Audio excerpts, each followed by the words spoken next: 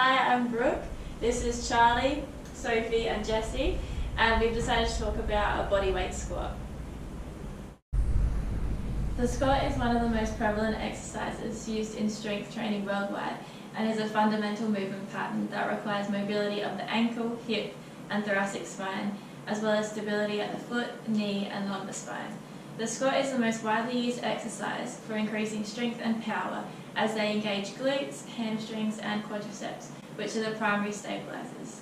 The popularity of the squat comes from its practicality, as humans don't just use the squat in sport settings. We also use variations of the squat pattern to accomplish activities of daily living.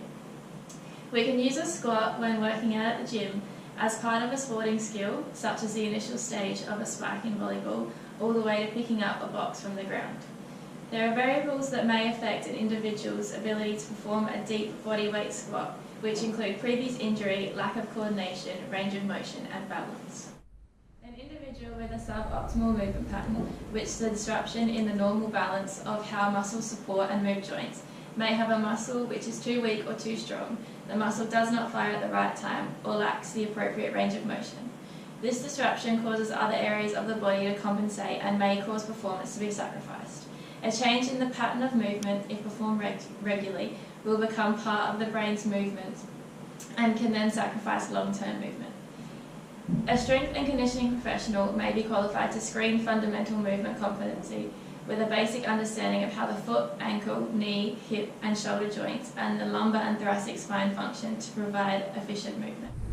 The participant being used is a female, 19 years old, at a height of 155 centimetres, with a mass of 50 kilos and a weight of 490.5 newtons, and a body fat percentage of 15. To analyse the squat, a participant would be brought in for analysis wearing appropriate clothing for testing. They would then perform a 5-minute dynamic walk. For an ideal analysis setup, the participant would be standing on AMTI force platforms so that ground reaction forces could be gathered, along with Vicon Nexus cameras capturing at 1,000 frames per second and a Panasonic GH4 camera positioned 5 meters perpendicular, capturing at 50 frames per second. However, as these resources are very costly, if they could not be sourced, more practical options include iPhone, iPad or GoPros. These could also be taken out into the field for analysis in the athlete's usual environment. In our analysis, we would use the GoPro Hero 5 on a tripod positioned at 5 meters perpendicular to capture the sagittal plane and 5 meters in front to capture the frontal plane. Once video data is captured, it can be downloaded off of the GoPro onto a computer for analysis.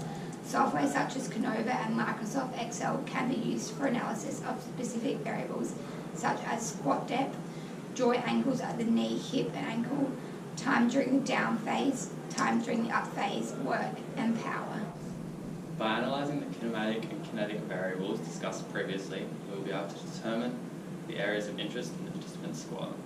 Whether this was inadequate depth, excessive or restricted flexion or extension of the trunk, hip, knee or ankle, or the squat was completed over a long time and thus causing a reduction in power output. Addressing these variables and providing ways to improve will better aid the participant to reduce the risk of injury while performing the skill and best prepare them to complete the skill to the best of their ability.